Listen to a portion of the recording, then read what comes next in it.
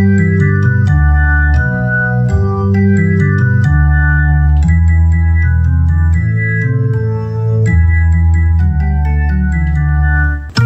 to NYMLB Talk, New York's #1 baseball podcast.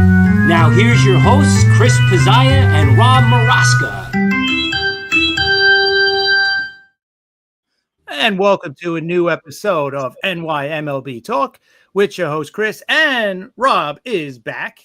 And If you're on YouTube right now, if you're on YouTube, hit that sub button for us. We would really appreciate it. And if you want, you can follow us on Twitter. You can follow us on TikTok at NYMLB Talk everywhere.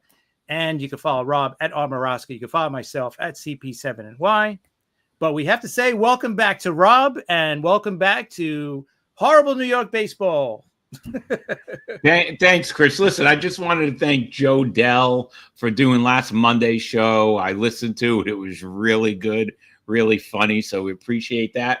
And Lynn from the Upper Deck Live and Pinstripe Chronicles, another excellent show. I enjoyed listening to Lynn. So, Chris, you did a great job without me. Maybe I should take some more.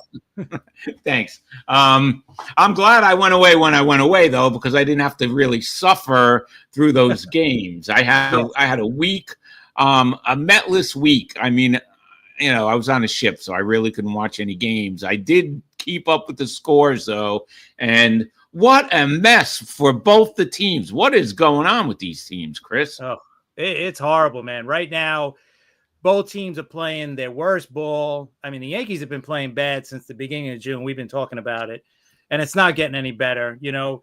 I thought maybe going into the Astro series, especially at home, maybe there's like a glimmer of hope for the Yankees. But once again, they lose 2 out of 3. I mean, even Max Fried, he's been bad since that blister issue, and supposedly it's not an issue, but he's been bad since then. He's not the ace that he was the first half of the season, and that's really killed us, on top of just everything else. When, at least with the Yankees, it seems that whatever could go bad has gone bad, during these last 2 months.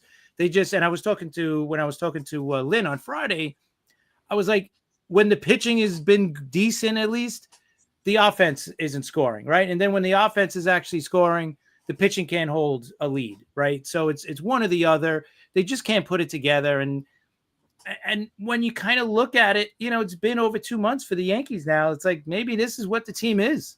Maybe this is inconsistent offense, inconsistent pitching. Maybe this is what this team is. I don't know, but I don't feel any hope whatsoever with this team. I don't know about the Mets, but I don't feel any hope whatsoever about the Yankees.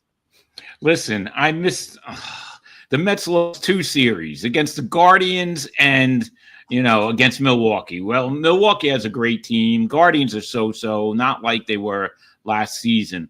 But what a mess with these deals. I mean, we really thought that the Mets and Yankees made some great deals. We really thought the Mets bullpen was going to get better, not worse.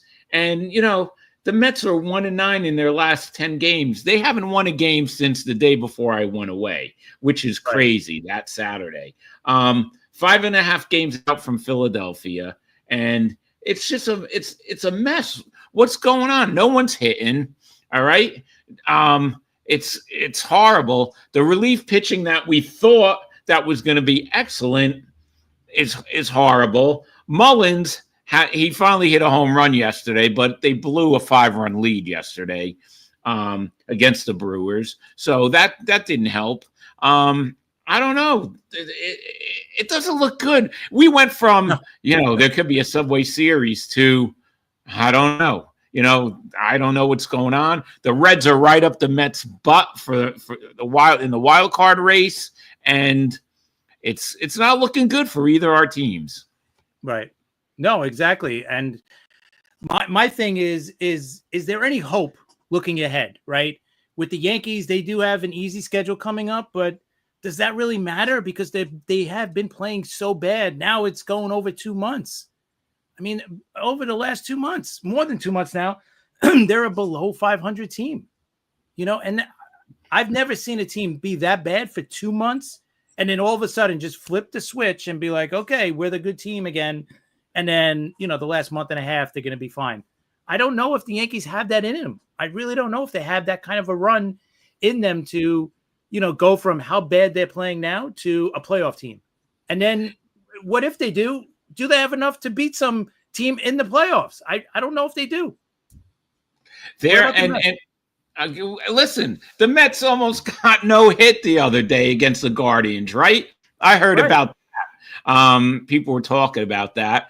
And if it wasn't for Soto hitting the home run in the ninth inning, they would have been no hit. Now, you watched that game. What was the problem? They weren't hitting? I mean, it's been like this for a while. I think with both teams, like if they go up against a pitcher that's got his A game, they're going to not score many runs. It's as simple as that. And this guy had his really good A game and just completely shut the Mets down, right? I mean, it's as simple as that.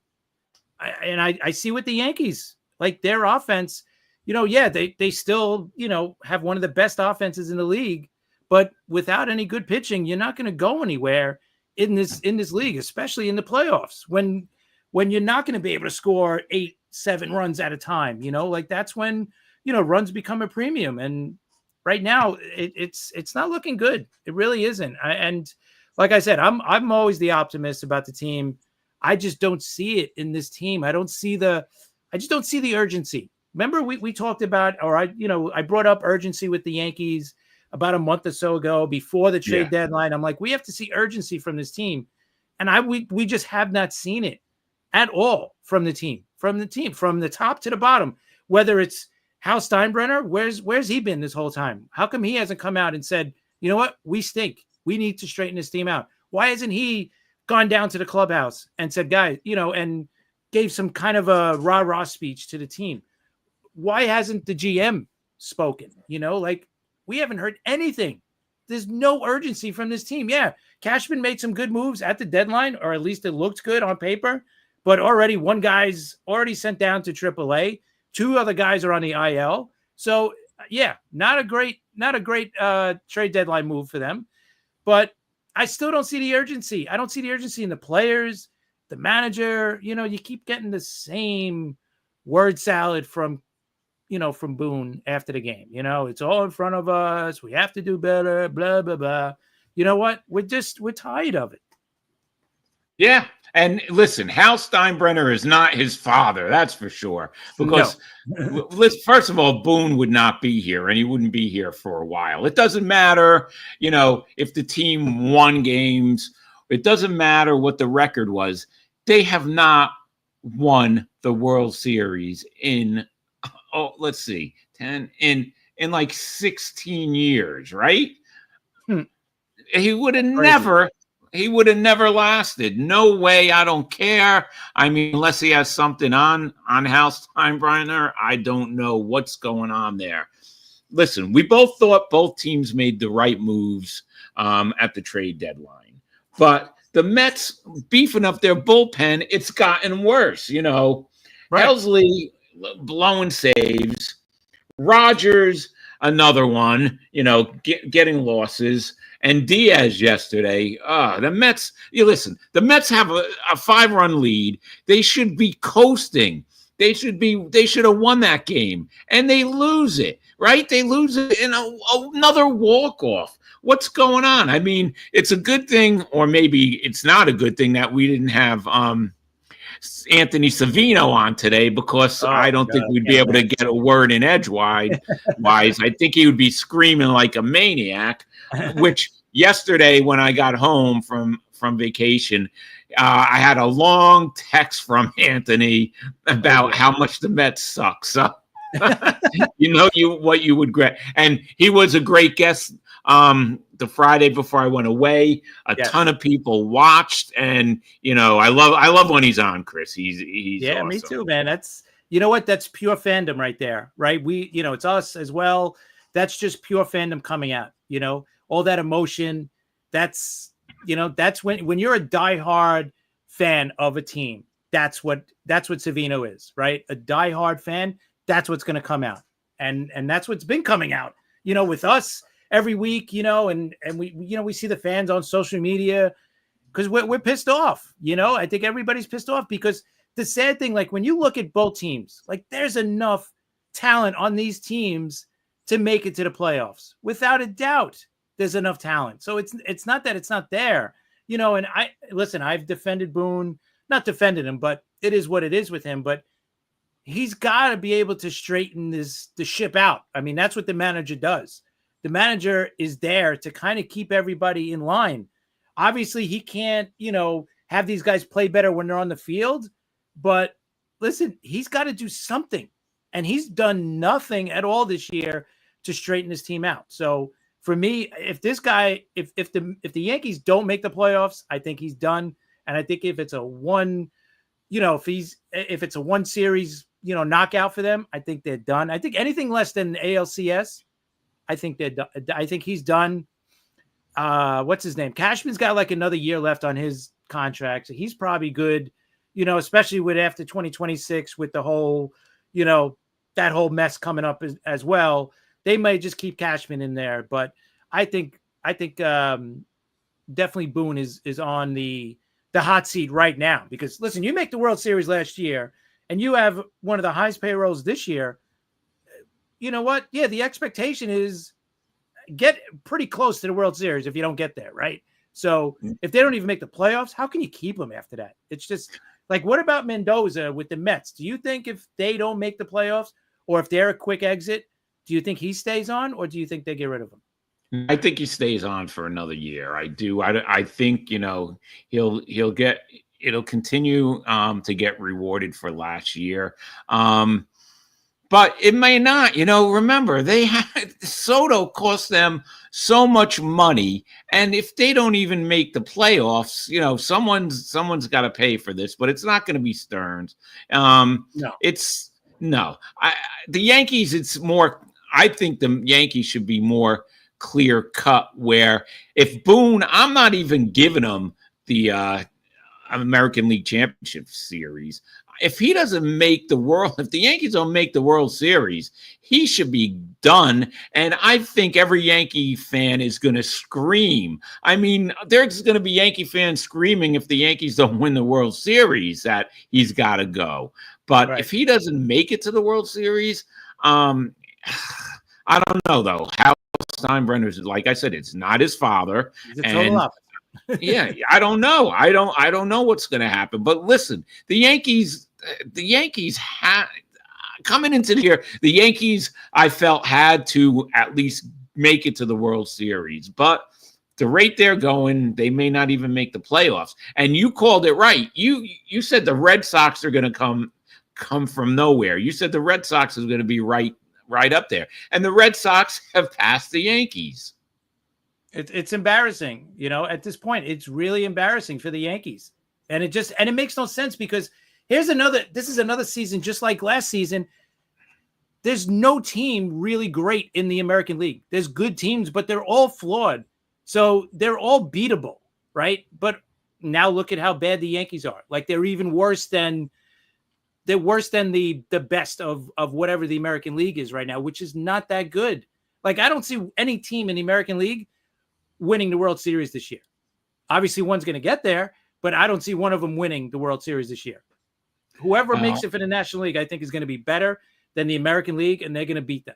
I don't see any American League team right now that's better than any team in the National League in the World Series. Okay, well, you could never tell anything's possible. Yeah. Series. But listen, the Red Sox are doing it without Devers too, right? Think about that. They're actually better without him. Yeah, they're better without Rafael Devers. It was a blessing for them to get rid of him, which and the is Giants amazing. Are worse. Think about it, and the Giants are worse with him, right? So it makes no sense. Baseball, and MLB Insider, one of the insiders said that the Devers trade was a godsend for the Red Sox, and you know what? They're right. It Absolutely. Was. Look what happened. Hey, maybe the guy is a cancer in the clubhouse, and maybe it's addition by subtraction, right? Yeah. Hey, listen, both we talked about it already, but both sides messed up that whole situation, right? Devers and the Red Sox. Yeah. We get it, right? Like both sides were just, and for the Red Sox to trade him away and to get that contract off of them, that freed them up, to now they got all this money. Now they could spend, right? And they've already re-upped Roman Anthony. I mean, the guy's played 2 months and they've already re-upped this guy for 8 years, right? So, or extended him, I should say. But yeah, so that was like one of the best moves that they ever made, because now they don't have this headache that they got to deal with in the clubhouse, whatever it is, whether it's his fault or the team's fault or both. Like, there's no more headache. It's gone. Yeah. And what I was saying before about the American League is not that good. So a team like Boston can get hot and just run it right to the playoffs. And then, God forbid, I can't. They might be in the World Series this year. I don't want to say it. Like, it's it's sickening right now. Them or Houston or Toronto. Like, all these teams, I'm like, the Yankees should be better than them, and they're just not. Like, what is wrong with this team? And it's like a sickness, and it's something that's got to be cured. And I don't think it could be cured this year, right? Yeah, Boone might be the problem. The problem, and here's the bigger problem, is Cashman. Cashman's just going to hire someone else that he's going to control, and he's going to say, listen, this is how you manage. This is how you take care of the players. This is how you talk to the players. I don't care what they do. You're not going to, you know what I mean? Like, you could tell that this is a puppet situation, because there's no way Aaron Boone would manage the way he does. Okay. Right. For a guy that's been in baseball or around baseball basically his whole life. Right. Because when he was a kid, he was with his dad at the ballpark and everything else. And then he obviously got into the majors and all that. And then he was on ESPN for a bit. This guy's been around baseball all this time. You're going to tell me he doesn't know how to manage?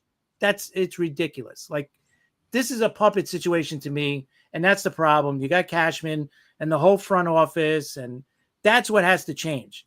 There needs to be a whole like, they need to clean it out. The Yankees need an enema. I'll say it that way. The Yankees need an enema. And unfortunately, it's not going to happen. So, yeah, I agree with you, but it has to. It's not going to happen, but it has to happen. Or else they're never going to go forward. They didn't sign Soto, and we see what's going on with Soto. He's having ups and downs, like all the hitters on both teams. I don't understand when you have a lineup, and let's go to the Mets, when you have a lineup like the Mets lineup, and they just can't hit, and they just keep leaving runners in scoring positions.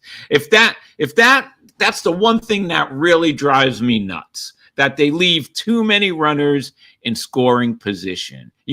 When you have Soto, Alonso, Lindor, right? When you have these guys, and now Mullins, that's another one. I wanted Mullins on this team. I wanted the Mets to deal for Mullins. I wanted them to make a deal. And then look what happens. The guy stops hitting. Yesterday, he finally hit a home run. But look how long it took. The guy, it's like, I don't know, it's like that Mets disease that happens more than it doesn't. I mean, it doesn't always happen. Piazza, I could name a few. Carter, Hernandez, when they came to the Mets, they didn't get worse. But let's face it, there's a lot of players, they come to the Mets and they just fizzle. And that happens to the Yankees too. But with the Mets more. And Mullins now, all of a sudden, you're not hitting. And then they get two excellent relief pitchers, and these guys aren't doing their job. It just drives me crazy. Listen, I'm lucky. When I was away, I met a lot of Philly fans because I had either my Met shirt on, and I had a shirt from the series in England with the Mets and the Phillies, and people would come up to me and say, "Phillies fan?" And I would say no, and they'd be like, ah. But they weren't, they weren't brutal to me. They were actually nice, and we would talk about baseball. And, the Phillies are 5.5 games ahead of the Mets now. And even if the Philly fans are like, well, it's going up and down, up and down. Well, the Mets better start hitting, and the Mets better start winning, or else it's not going to go up. It's just going to go down for the Mets, and the Phillies are going to win the division. Right. Exactly. Well, look at these offensive numbers. This was entering the series against Milwaukee. Okay. Okay. I did save these for the yeah. This was entering the series against Milwaukee. That was the Mets since July 10th. These four guys, and I mentioned this the last two shows. I said for the Mets to go anywhere, the big guns have to be the guys, right? Like we talked about it too. Like these guys have to carry the load. They have to. You're not counting on Alvarez and Beatty and those guys to get you to the playoffs. These guys, right? These guys are getting paid the big money. These are the guys that got to do it. Okay. And look what they've done since July 10th. Entering the Milwaukee series.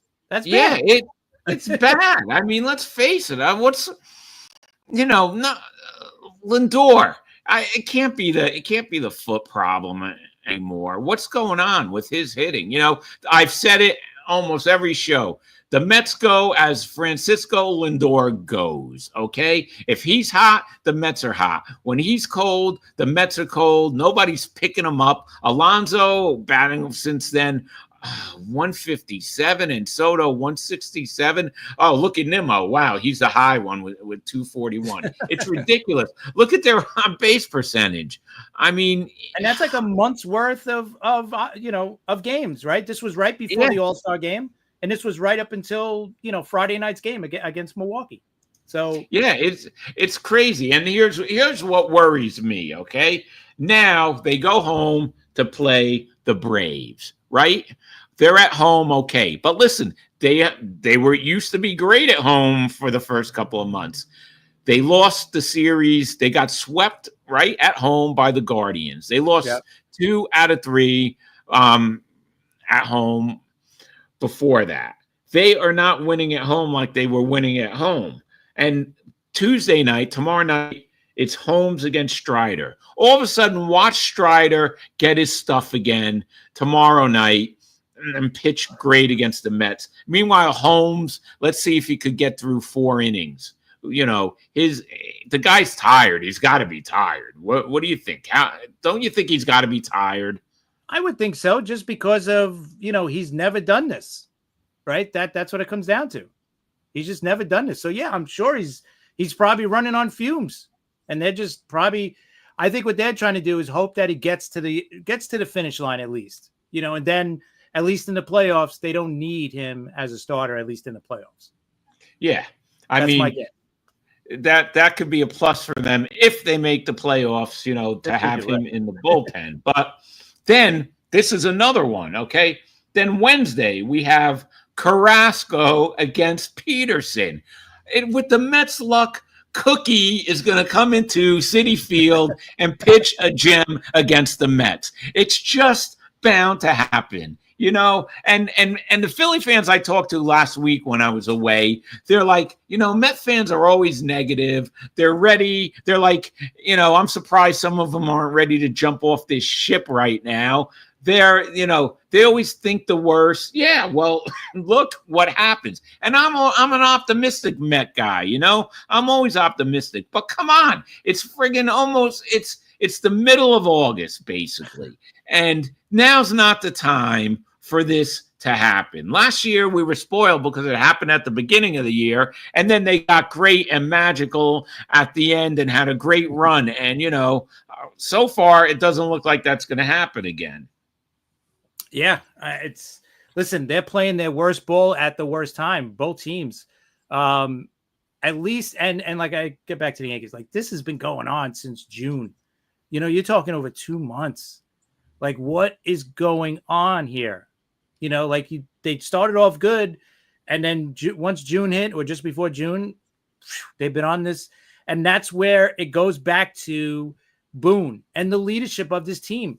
And it's not even just Boone; it's also the players. Where's the leadership? Where's the captain? Where's Judge? Straighten these guys out. Like, you gotta. And the problem is too, right? And it goes back to this: is that on this team right now, there's no winners on this team. There's nobody who's been champions before. Yep. This isn't like, when the Yankees ran off, the late 90s, early 2000s. You had a championship pedigree with that team. So you knew you were never out of it, right? You would never get into a slump like this.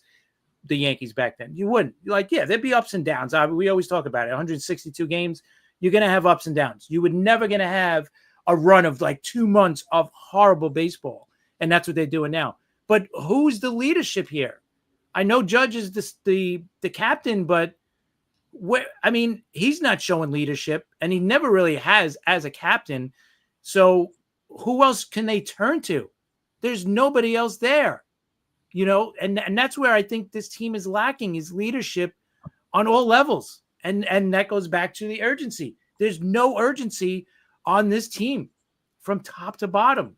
And it's sad to see that, because with the Yankees, like, you should have urgency. The second you put that, the second you sign on to this team or get traded to, and you put the pinstripes on, there should be urgency, like right then and there. Like, man, we got to win.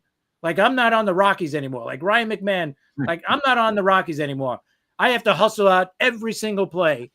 A ground ball to second, that's an automatic out. I got to be running down, you know what? And he didn't the other night. And if he did, he would have been first. He would have been safe at first.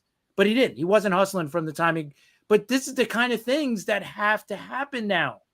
And you can't be playing like you're playing in Colorado or Pittsburgh or some other city that your team was losing. Like, now you're on a winning team in a pennant chase right now, and you got to start, playing hard. You just have to be. It just makes no sense. Like, what are we doing here? You're the Yankees. You're right. You're in a pennant chase. Let's go. Wake up. Now, Chris, Judge is the captain, but to me, because of the numbers and everything, of course, hey, the guy's great hitter, but I don't think he really has the leadership qualities like a Jeter did, where in the clubhouse, I don't know. To me, it just seems like he's too quiet. Yeah. Oh, absolutely. He definitely is. And listen, we don't know what goes on, in the locker room. We really don't. He could be out there in everybody's face. I have no idea. He could be doing that. But what bothers us is what we see on the field and what we see in a press conference, the questions after the game. You always see Judge kind of smiling. He's got like a smirk on his face. Like, yeah, it's no big deal. Like, yeah, it's a big deal. You're out of the playoffs, guys. So yeah, it's a very big deal now that you guys straighten out. And you can't keep on saying, "Oh, we got time. We're a good team. We'll work through this." No, you're not a good team. What team? Your team is not what you were last year anyway, right? You're different players, so you can't even say, "Oh, well, we went to the World Series last year." Great, you guys went to the World Series. This team did not go to the World Series. This team is actually out of the playoffs now, and you're barely over 500, and you're a joke. So it's time to stop smirking when the reporters are asking you questions. It's time to be serious. It's time to, again, show some urgency. Yeah, we stink. We have to get this going. Not, we're good. I believe we're a good team. I don't believe we're a good team because I haven't seen it. Exactly. Chris, I just have to say one thing. Everyone watching, I'm sorry your comments they were not showing up. I just fixed the problem. So if you guys want to comment or whatever, you could comment now. For some reason, I don't know why it was off. Maybe something happened when I was away, but the comments are back on. So if you guys want to comment and add to this, feel free to comment. All right. Sorry about that. Yeah. I want to know everybody's feelings about the Mets and the Yankees right now and everything we've been talking about, because maybe we're the crazy ones. Like maybe the Yankees are going to turn it on. Maybe the Mets are going to turn it on for the last, 40-ish games that are left. Like I want to know, like, and I'm an optimist just like you. Like I feel that I look at the positive side because I looked at the Yankee schedule. Yeah, it's one of the easier schedules left, right? Like we still got Minnesota, St. Louis. We got Boston again, which is great. We got the White Sox. We got Washington. We got the last 1, 2, 3, 4 series in September. The last 4 series are at Minnesota, at Baltimore, home against the White Sox, and then home against Baltimore. Like that's that's the playoffs are saying, here, take it. You guys could just run, go on a nice run here. And they got Boston 2 more times so they can make up some games against Boston if they could get it done. I just don't know if they could get it done. Like next weekend or I should say next week, they play Boston at the stadium. They got a 4-game series. You know what? If you don't at least take 3 out of 4, then what are we doing here, right? Forget about the division. Forget about catching those guys, I mean, come on. Yeah, I know. Let's look at the Mets real fast. I'm going to look at the schedule for the Mets. Upcoming, you got Atlanta and Seattle this week, which, okay, Atlanta should be a team that you beat, but we know Atlanta is Atlanta. You guys are always going to that's always going to be a problem. We know that, right? But Seattle's a tough game, but you're home. Then you got at Washington, and then at Atlanta again. So not so hard. Then you got Philly, which is going to be huge. You got Philly twice coming up. Yeah, and that's make or break series. But going to Atlanta, now the Mets should, Atlanta's not Atlanta, so now's the time when the Mets should win. Every time they go into Atlanta, we know what happens. And what makes us think any different now? The only hopes I have for the Mets is if they all get hot at the same time all of a sudden. If they wake up, if the bats wake up, then, okay, we'll move forward. But right now, Cincinnati is right there with the Mets for the wild card. And, Cincinnati, Dr. Jerger, who we had on our show, is probably happy as hell about that. But really, Mets, come on. Cincinnati is breathing on your necks. It's just crazy. It's with the payroll that the Mets have, heads should roll. And I don't know. I think Joe, and I want to say something. Joe Dell is out there, and he says that he's commenting, but I cannot for any reason see any comments. I don't know if you could see him, Chris. But I can't see anything. No. All right. I don't know. We must. But here's the thing. Like I look at with the Mets, right? And with the Reds, like the Mets are the better team than the Reds. Like they should not, like when they first started to lose, like in the Cleveland series, I said to myself, you know what? The Mets are not going to get passed by the Reds. They're just not. But you know what? After these, after they've lost now 7 straight, but I still haven't seen Cincinnati be consistent enough, I think, to catch the Mets. But the Mets have shown how bad they could be. So maybe they can. But other than that, you got St. Louis. They're 3.5 behind the Mets. And you got San Fran, who's 4 behind the Mets. We just talked about the Giant, right? We just talked about San Fran being worse with after the trade with Devers. So I'm really not sure. But, it doesn't make sense how bad the Mets are doing or even how the Yankees are doing because the talent is there. But, again, with the Yankees, it's been over 2 months. Maybe this is what they are. I hate to say it. Maybe they could, maybe they're gonna flip the switch and everything's gonna be fine. I really don't know, but we'll have to wait and see. I'm hoping, at least for your sake, the Mets can flip the switch and start hitting, and and their back of the bullpen guys can settle it because getting Helsley. Here's the other thing, right? Right. Maybe getting Helsley. He's been a closer now the last 3, 4, 5 years. Dominant, one of the best closers in the league. But now he's a setup guy, right? And we've seen that sometimes going from closer to setup, that messes up your mindset. So do you think that's an issue, or do you think it's just, this is just a blip here? No, that could be an issue. I don't know. I have no idea. We'll have to see. Maybe they should let him close a couple of games. Diaz yesterday was awful. Lately, Diaz has just been, he's been inconsistent. He's been putting guys on base, a lot of walks. Yesterday he threw one that got away. That didn't do the damage, but he's still blew it for the Mets. So something has to be done. Maybe let him close a couple games. I don't know. I just know the Mets have to start hitting in when they have runners in scoring position, and that's it. That's been an issue with the Mets forever, but at least last year during their run, the second half of the season in the playoffs, they were getting key hits. Now, forget it. It just they look ridiculous. They look lifeless at the plate. And Alonso hit a home run the other day. Okay, so where are we at with Alonso now? Alonso with that home run tied Strawberry for the Mets all-time home run leader with 252 home runs. So he's definitely gonna break the record pretty soon. But the guy has gotta, like you said, since before the All-Star game, he has not been hitting like he did the first couple of months of the season. He has to hit. Now, is that going to affect if he opts out? Is that going to affect a possible contract for him or extension? Are we going to go through what we went through last winter if he just fizzles out for the rest of the year? Or are they going to remember the April and May that he had? Listen, I think from the Mets fan point of view, I'm sure you feel it like, yeah, they should sign him. It should be a no-doubter. They should extend him. But it's really going to come down to, does Cohen want him signed? Because I'm not sure if Stearns is going to re-sign him. I just don't think it's that, it doesn't make sense for him because he's going to be, is he 30 now, Alonso? I think he's 30, right? Right. He's 30. And you know what? You're going to have to give him at least 5-6 years.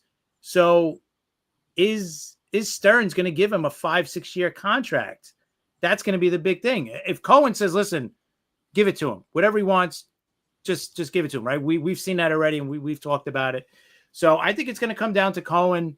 If Cohen pushes to re-sign him, I think the Mets are going to re-sign him. And he wants to be here, obviously. There's no question about it. I think we've seen that this offseason because he had other options. He could have went to, I think, Toronto or Seattle, but he decided to stay with the Mets even for that 1 year, basically, what he signed, right? So he's going to opt out, and we'll see. But again, I think it's going to go down to Cohen. If he really wants it, he's going to push to sign him. But I don't know if it was all up to Stearns, I don't know if he would sign him. Yeah, I agree with you. I don't think if it was up to him, I think there was a chance that he would not sign him. Once again, guys, I'm sorry. For some reason, the comments aren't working. I know some of you are commenting, and I'm sorry. We're gonna have to figure out what happened and get that fixed. I know some. Joe Dell is texting me that he's been commenting and other people are commenting. So we don't know what happened. Sorry about that. So far, I'm the only one who we could post up there. But anyway, all right. So that's what's going on with the Mets and Yankees. What about before I go on? What, you got anything else to say about it? One more thing with the Mets. I seen John Harper, the writer for, I think he's with the Times, right? Yeah. He brought up a point. He goes, they should call up JD Martinez to come and work with the hitters. Well, what are your thoughts on that? I saw that too, actually, when I was away. I caught a glimpse of that. I agree. What's it good? Listen, it can't hurt right now. They have to do something. I think that's a great idea because, he was with the team last year. So most of them know him. They're comfortable with him. And listen, who's not going to listen to JD Martinez's advice on hitting? I think that's a good idea. The Mets have to do something. It can't hurt, right? Right. Exactly. I agree. I don't know if he'll come back and do that because I'm sure he wants to play. I don't think he wants to come back and coach yet. Because he was a decent hitter last year. He wasn't bad. Yeah. And a lot of people are like, oh, he should come back as the hitting coach. Does a guy like that who's making, whatever he made for his career, $150 million, does he really want to come back and be the hitting coach for a team? I don't know if he wants to do that. I agree with you. So what the Mets could have done, or they should do, you know what? Sign him right now. I mean, I don't know. See, the problem is it's really late and we don't know how he's been working out or what's going on. So, how long would it take for him to get ready to play in the major leagues again? Yeah, I think I don't think he'll come back in that sense, but that's the problem. Right. So maybe next, let's forget about this year, but maybe in the off season, if he still wants to come back and nobody signs him, then maybe he'll be like, all right, if I want to be a part of baseball, I got to be a coach. I'm not, nobody wants me anymore as a player, as a DH only guy. So I think that's when it'll hit him, That's if he wants to, if he wants to stay in baseball, not as a player. But of course, we'd love to have him give advice to the kids, especially. But you know what? Lindor should be, leading this team in the clubhouse and getting on everybody's case. These guys, there's a bunch of them. Nimmo, he's been on the Mets the longest, right? He's the longest tenured Met. Yeah. Alonso, these guys, they shouldn't even need it. They should be. I don't know. I don't understand how they all can't hit at the same time. What is going on? All of them at the same time. This is not the 1980 Mets. This is not the 1981 Mets, all right? The Mets have the most expensive player in baseball, and it's driving me crazy. And there goes all the relaxation I had from my trip. It's gone. It's over. It's over. Gone. It's over. Thank you, New York Mets, for driving me crazy. Okay, it's over, and I'm going to turn into Anthony Savino or Frank the Tank. It's crazy. You guys are playing like crap. Come on. It's the middle of August. And I don't usually go off like this, but you guys have got to start hitting and winning ball games. It's getting ridiculous. Yeah, I mean, like I said, with the urgency with the Yankees, it's the same thing with the Mets. Like, it's now or never, right? Like this week, you got Atlanta at home for the next 3 games, right? You start Tuesday, a 3-game series. Like, to me, that's when it starts, right? And it's perfect. It's a team that, division rival and all that. It's the Braves. That's the time. It's urgency time. It's due. It's now time. It's time to start making it happen. Like you said, you're 5 games out of the division when you guys were up on the division. Now you're 5 games back. So, you got to keep winning. If you don't start winning now, the Phillies are just gonna pull away, and then you're gonna be fighting like the Yankees for that final wild card spot. So this week it's Atlanta, and then you got Seattle, and we know how tough Seattle's gonna be. That's gonna be a really tough series. Runs are gonna be at a premium in that series because you got really Seattle's a really good pitching team, man. That's a tough series, and hopefully you could get 4 out of 6 out of these next 6 games. I think that's right. Yeah, right now that's stretching it. How about getting one win and then taking it from there especially against the Braves? Yeah, I like that. All right, I wanted to talk to you about the Yankees for 1 second. What's going on with Williams? What is going on with that guy? Listen, this guy mentally, okay, this is one of those guys that we could add to the list of he cannot pitch in New York, right? It's as simple as that. And you know what? The more, like we joked around about it, right? From the very beginning, we joked around about it that maybe Alonso broke this guy. And I think he did, right? Because he's obviously an emotional guy, and that had to break him. It just had to, because it's so obvious now. Devin Williams, he can't pitch here, right? Yeah, he came in, I think yesterday, he pitched in the 6th inning, and he pitched great. Oh, so that's what we traded for? A 6th inning relief pitcher? We traded away a starter and one of our better prospects. So, yeah, okay. So that's what we got now. At best, that's going to be at best, because forget about him pitching late in the game. That's got to stop, right? We've learned, we should have learned our lesson by now, but unfortunately we had to see it again. But I think now it's like, listen, this guy comes in early in the game now, 5th, 6th inning, a mop-up guy, or if they got a big lead, bring him in, and that's it. Forget about 7th, 8th inning, 9th inning guy, close games, forget that. But otherwise, it looks like he's just shot. He's just mentally, like he's fried. Like he just can't pitch here. Like I never understood that, right? Because we see it with the Mets too. Like you got a long list of guys, trust me, I know, that came to the Mets that didn't perform anywhere near, the way they did before they signed with the Mets. So we have the same thing. It just doesn't make sense to me. To me, it would make me want to play better in New York, right? All the pressure is on you to play better. Like, man, this is great. This is what I wanted. And they do the complete opposite. It doesn't make sense. Nah, it's New York. I don't know. It's New York syndrome. It's Ed Whitson disease for the Yankees. For the Mets, it's Jason Bay disease or Bobby Bonilla disease. I could go down the line. Joey George Gallo, Foster. Sonny Gray. Yeah. We can listen. We should do a show or at least a list of those guys. You know, Yes, the top guys five. who could not. That could be one of our quick That is things for TikTok. Yeah, that's definitely a good idea. I think we'll do that for TikTok, you know, definitely. But all right, let's move on from these disasters and let's talk about Major League Baseball history this past weekend when the first female, Jen Powell, became the first female umpire to umpire a regular season game. They've done it in preseason, in spring training. What do you think about that, Chris? I think it's awesome. Listen, as long as she knows what she's doing, I think it's awesome, man. I hope we see more of it. I think I brought it up to Lynn on Friday night. Like, do you think we'll see a female manager at some point? And she said, yeah, and I feel the same way. I think we will eventually, because the way that the game is managed now, I was just talking about Boone being the puppet, right, for the Yankees, for the front office. Why can't, a woman do that at the very least? Like, we've seen a manager already in the Yankee farm system. So I think it could happen in the majors. I definitely can see it. I know there's a lot of guys out there that don't want to see it. It doesn't make sense.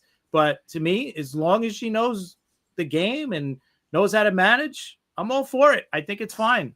Do you think the players would accept it? That's a better question. See, there will be players that accept it, and there will be players that don't accept it. You have guys out there who are typical jocks, right, their whole lives, and they're not going to accept it. And there's other guys who will accept it. Here's how I feel about it. I feel, you know what, good. If she, like you said, if she's a good umpire, I don't care if they have a dog calling balls and strikes, as long as they get it right. Because some of these guys have been horrible. Some of these guys can't do any worse. They act like they're more important than they make like they should be part of the game, which no, you're not. You're not there.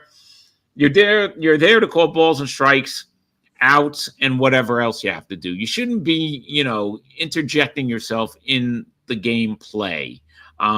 Listen, recently we've seen some pretty bad strike zones where,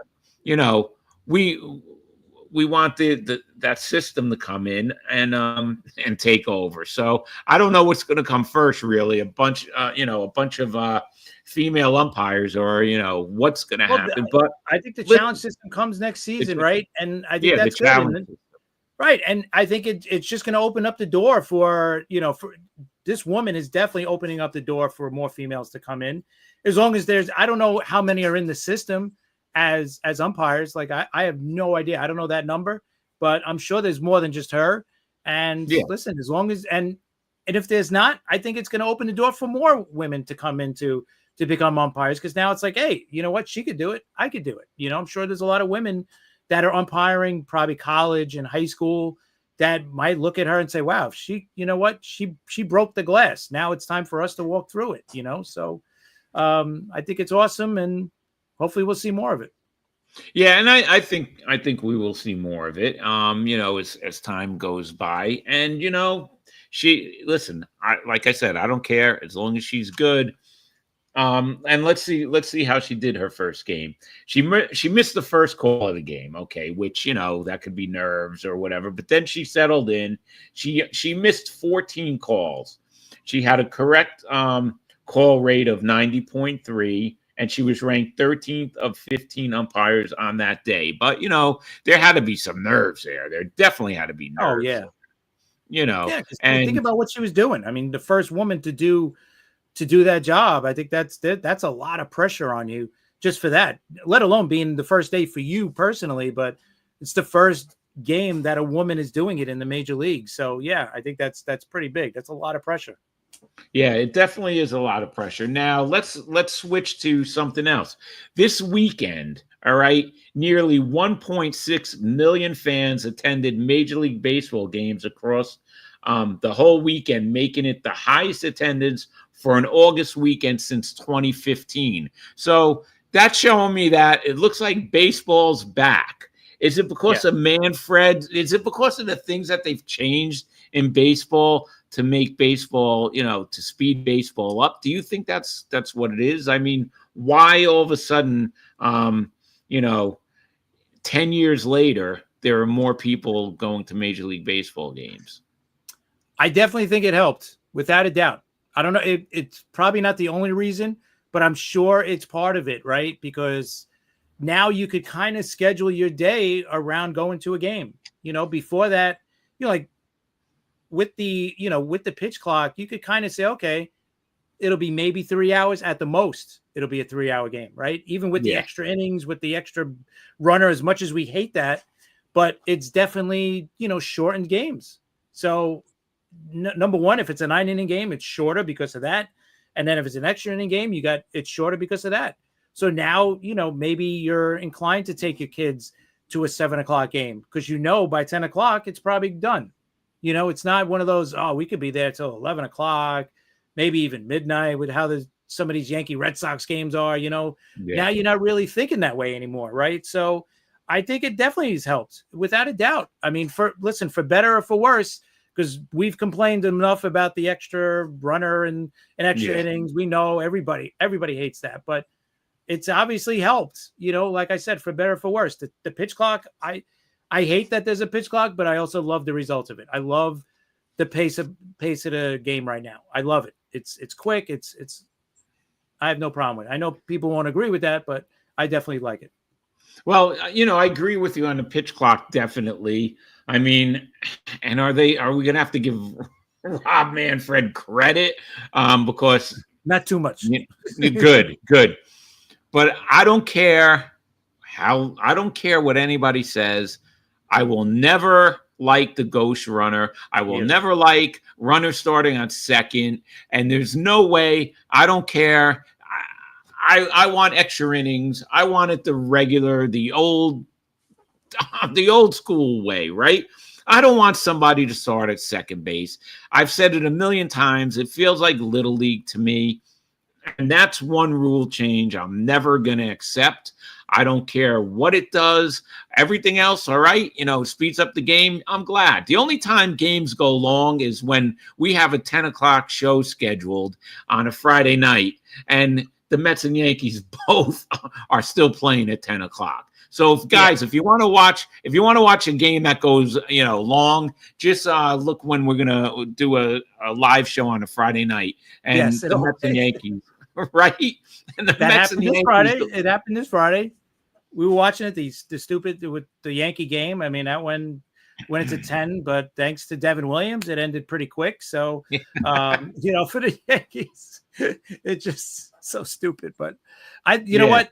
I think the two next biggest changes to the game are good, and I don't think it's going to be that big, is the challenge system coming next year, and then what's going to happen after 2026, right? With the whole new labor deal, are we going to see a salary cap or not? Salary floor, ceiling, whatever. What's going to happen after 2026? And then when they finally expand is going to be the big thing, because the next time, I remember hearing them say, the next time they expand is going to be realignment. So that's when things might change. We might get Yankees, Mets in the same division, and I really hope that doesn't happen. I don't want that. I don't want that. That's gonna ruin things. The Mets and Yankees should never be in the same division. They should never. That'll be horrible. You can't say that about the Cubs and White Sox because it's not really the same thing. But really, they shouldn't have teams from the same. Well, they do in California, but maybe from the same one city in the same division. I'm not going to like it. If the Mets and Yankees are in the same division, I'm not going to like it, but they might do it because they're like, well, now the Mets are going to be fighting the Yankees all the time. They're going to be playing the Yankees, Yankee Right. Mets are going to be playing a lot more. And to me, that just takes away. I won't like that. But Yeah, I can I'm see with it you. happening. Definitely see it happening. Yeah, it's very possible with Major League Baseball. They like to do these things, but you know what? With all this momentum that they got, from like what you just mentioned, right? In the last 10 years, think about, this has been the biggest weekend crowds ever since 2015. Like they got all this momentum. Everything is going well. Like don't screw with it. Now Yeah. it's time to ride that momentum, right? Like now you Right. try to the thing that they should fix and they haven't. What they should fix is all these streaming. Make it easier for a person to sit down and watch the game. Not, oh, where are we? What are we on now? Are we on Prime? Are we on, Apple TV? Are we here? Are we there? Like, just make it simpler. That's all we're asking for. We're just asking Yeah. for it just to make. We know streaming is the now. Like forget about the future. Yeah. It's the now, right? We get it. But just make it easier for a fan. That's all you got to do. If you make it easier, a fan will figure it out and say, okay, you know what? I'll plunk down my money. As long as I could see every game from my team, I'll do it, Me And too. right? Exactly. That's Yeah. all we want.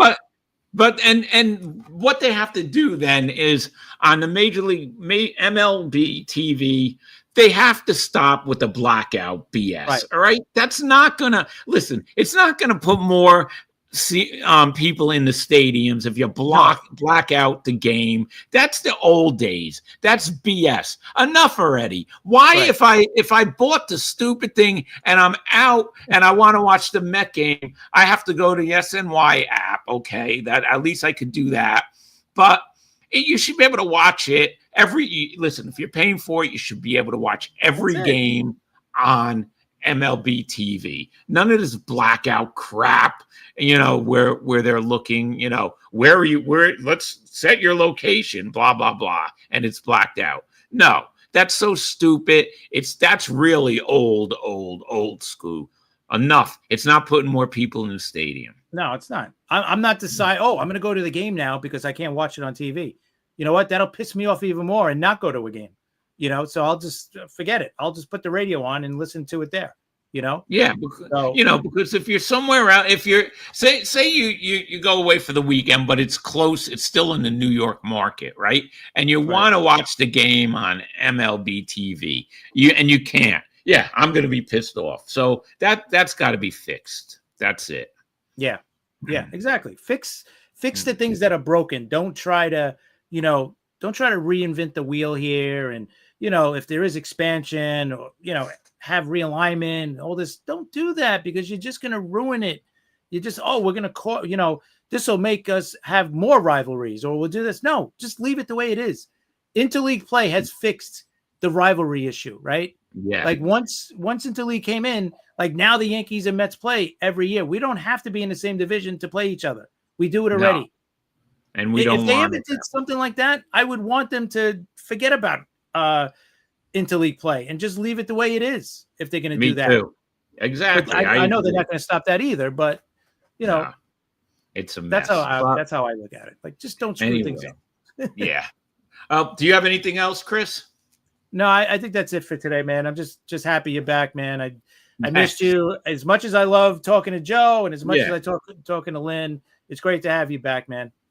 Yeah, it's great. It's great to be back. Listen, we're probably going to do a Thursday night show at 10 p.m. Just check, YouTube and everything. We'll put it out. There might not be a Friday show. It'll probably be Thursday night, but we will know more in a day or two. And tonight I'm going to be on South Florida Tribune's 108 Stitches Baseball talk show at 8:30.